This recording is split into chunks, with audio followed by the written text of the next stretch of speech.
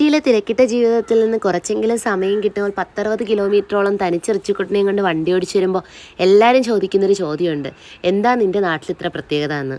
ലോകത്തിൻ്റെ ഏത് ഭാഗത്ത് പോയാലും ഏറ്റവും സുന്ദരമായ സ്ഥലം എനിക്കെൻ്റെ നാടും വീടും ഒക്കെ തന്നെയാണ്.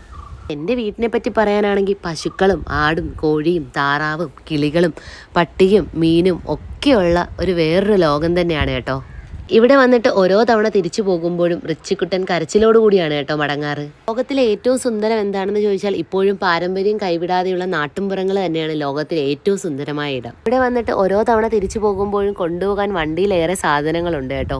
മായം കലരാത്ത പശുവിൻ പാലും കളർ തേക്കാത്ത നാടൻ കോഴിമുട്ടയും മണ്ണിൽ വിളയുന്ന നാടൻ ചേമ്പും കാച്ചിലും കിഴങ്ങും ഒക്കെ ഉണ്ടാവും. അപ്പോൾ ഇതൊക്കെയാണ് കേട്ടോ എൻ്റെ വീട്ടിലെ കാഴ്ചകൾ. എല്ലാവരും വീഡിയോ ഇഷ്ടമായാൽ ലൈക്ക് ചെയ്യുക, നിങ്ങളുടെ ഫ്രണ്ട്സിന് ഷെയർ ചെയ്ത് കൊടുക്കുക, നിങ്ങളുടെ അഭിപ്രായങ്ങളും ഒന്ന് കമൻറ്റ് ചെയ്യണേ. ഞാനപ്പോൾ ഒന്ന് ഇവരോടൊക്കെ ഒന്ന് വർത്തമാനമൊക്കെ പറഞ്ഞ് നാട്ടിലെ കാഴ്ചകളൊക്കെ കണ്ടിട്ട് വരാം. അടുത്തൊരു വീഡിയോയിൽ കാണുന്നവരേക്കും ഓക്കെ ബൈ.